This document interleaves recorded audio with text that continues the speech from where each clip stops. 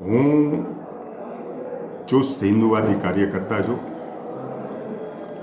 અને આરએસએસનો સ્વયંસેવક છું.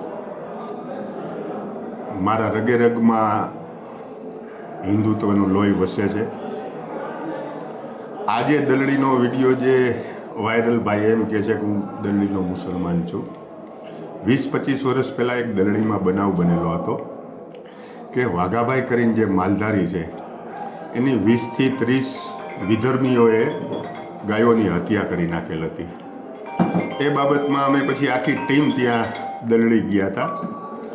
એ દલડી જઈ અને અમે હંગામો કર્યો હતો કે આ જે પણ વિધર્મીઓએ જે ગાય માતાઓની હત્યા કરી છે એના ઉપર કાયદેસર રીતે કાર્યવાહી થવી જોઈએ. એમાં અમારી એ ટીમમાં એ વખતે અમરસિંહભાઈ મઢવી હતા, મોનાભાઈ માલધારી હતા, ગૌતમભાઈ ખાંડેખા હતા અને બીજા ઘણા બધા અન્ય લોકો હતા. ત્યારે એ દલડીના જે વિધર્મી લોકો હતા એ લોકો પણ આમાં સંડોવાયેલા હતા. એટલે દલડીની વાત કરી તો દલડીના મુસ્લિમ સમાજ કોઈ દી ભાજપને મત આપે નહીં. અને 25 વર્ષનું જે એની મતદાર યાદી છે દલડીની એ પણ આપ જોઈ લ્યો કે ભારતીય જનતા પાર્ટીને મત આ દલડીમાંથી કેટલા મળ્યા છે. બીજું વાત એ છે કે હું 2002થી મારા પત્ની લડતા હતા ધારાસભ્ય તરીકે, હું પણ લડ્યો છું. અને હરેક વખતે મેં ગામડામાં સભામાં મેં એમ કીધેલું છે કે મને વિધર્મીઓ મત આપી મારી મતપેટીને તમે બગાડતા નહીં, અભડાવતા નહીં મતપેટીને. આવું મેં વારંવાર મારી સભામાં કીધેલું છે. અને આજ પણ હજી હું કહું છું કે મારે તમારા મત જોતા 2.25 લાખ મતદારો આ વિધાનસભા વિસ્તારમાં હિન્દુ સમાજના છે. હિન્દુ સમાજે મને ઘણો બધો પ્રેમ આપ્યો છે અને મારા ઉપર વિશ્વાસ રાખ્યો છે અને હિન્દુ સમાજ સતત મારી સાથે રહેલો છો. એટલે મારે આટલા બધા જો હિન્દુ સમાજના મત હોય તો બીજા લોકો પાસે મારે મત માગવાની જરૂર નથી. અને ખોટી મતપેટી શું કામ અભડાવીએ જોઈએ? કારણ કે મને જે લોકો કહી રહ્યા છે બજારમાં ઘણું બધું કહેતા હોય, કોઈ લોકો શેતાન કહેતા હોય, કોઈ લોકો સારા કહેતા હોય. એટલે શેતાન તરીકે પણ એ લોકો મને ચિતરી રહ્યા છે. તો એ શેતાનને એ લોકો મત કેવી રીતે આપે? અને આ દલડીવાળાની જે વાત રહી એ આ વિષયમાં મારી ટીખળ કરવા આવ્યો હતો અને એ કોંગ્રેસી હતો અને મારી પાસે ટીખળ કરી અને મને એમ કહે કે મત કોને આપવાના છે. એલા ભાઈ, હું તારી પાસે ગમે તેટલું કરું, હું તને ગમે તેટલું કહું, તું ભારતીય જનતા પાર્ટીને મત આપવાનો નથી, કોંગ્રેસને જ મત આપવાનો છો. અને તું જે વસ્તુ ટીખળ કરવા આવ્યો છો એ આ તારી ટીખળ છે. અને બીજી વાત એ છે કે મેં દલડી ઢીઘલિયામાં કોઈ દિવસ પાણી છોડાવેલ નથી. આવી જ રીતે હું રાત્રે 1 વાગે કુવાડવાથી આવતો હતો અને કલાવડી પાસે એક હોટલ છે. એ હોટલે હું ચા પાણી પીવા ઉતરો એટલે ત્યાં ઘણા બધા લોકો હતા.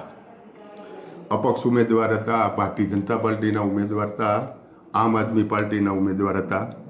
એટલે એ લોકોએ બધા એમ કીધું કે આવો નાસ્તો કરવા. એટલે હું બેઠો. હવે એ વાતને પણ લોકોએ વિડીયો ઉતારેલ છે અને એમ કીધું છે કે અહીં અપક્ષ માટે મત માગે. એટલે ભાઈ, ભારતીય જનતા પાર્ટીના ઉમેદવાર છે, આમ આદમી પાર્ટીના ઉમેદવાર છે, અપક્ષ ઉમેદવાર છે અને બધાના કાર્યકર્તા છે. તો હું અહીંયા મત કઈ રીતે માગી શકું? આ એક મને બદનામ કરવાનું કાવતરું છે અમુક તત્વોનું અને એ બદનામ કરવાનું કાવતરું ઘડી રહ્યા છે. પણ મારી પાસે પુરાવા છે કે ત્યાં આમ આદમી પાર્ટીનો ઉમેદવાર હતો, અપક્ષ ઉમેદવાર હતા અને ભારતીય જનતા પાર્ટીના ઉમેદવાર હતા. ભારતીય જનતા પાર્ટીનો રાજાવડલા સીટનો ઉમેદવાર ભાજપનો પણ ત્યાં હાજર હતો. એટલે આ લોકો જે બદનામ કરે છે અને હું વારંવાર હજી પણ હું કહું છું કે 2027માં ચૂંટણી લડવાનો છું. તેથી મને વિધર્મીઓએ મત ન આપે અને મતપેટી ન અભડાવે આ પણ વાત ચોક્કસ છે. મેં વિધાનસભામાં મુસ્લિમો પાસે કોઈ દી મત માગ્યા નથી. હું જ્યારે પણ ત્યારે લડ્યો ત્યારે એક પણ મુસ્લિમોને મેં કીધું નથી કે મને મત આપજો. 2.25 લાખ મતદારો છે. હું નરેન્દ્રભાઈ અને અમિતભાઈ શાહનો હનુમાન છું. જો એ મત ન માગી શકતા હોય ભાઈ બંગાળમાં એમ કહે કે મારે મુસ્લિમના મત નથી જોતા. હું તો આ વસ્તુ તો હું 20 થી 25 વર્ષથી આ કહું છું કે ભાઈ મારે મુસ્લિમોના મત પેટીમાં આપી આ મત પેટીએ ભળાવતા નહીં. બસ આ જ વાત છે, બીજી કોઈ વાત નથી.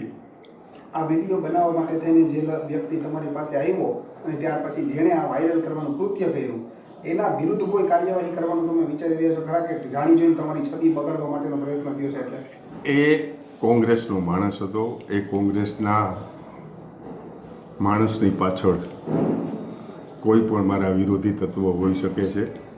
અને હમણાં જ મેં વકીલ પાસે સલાહ માગી છે કે આના ઉપર શું થાય. એટલે એને સામાન્ય તો એ રીતે કીધું છે કે પોલીસ સ્ટેશનમાં ફરિયાદ ન થાય, કોર્ટમાં થાય. હું વકીલ પાસે સંપૂર્ણ રીતે જાણકારી કરી અને આની પાછળ આ ભાઈ અને એની પાછળ કયા કયા તત્વો સંડોવાયેલા છે એને હું 100% ખુલ્લા કરીશ. બાકી હું હિન્દુ છું, હિન્દુ રહેવાનો, હિન્દુ પાસે જ મત માગવાનો છું એ વાત ચોક્કસ છે. વિધર્મીઓના મારે મત જોતા નથી અને વિધર્મીઓ મારી મતપેટી અબડાવે નહીં, આ પણ ચોક્કસ વાત છે.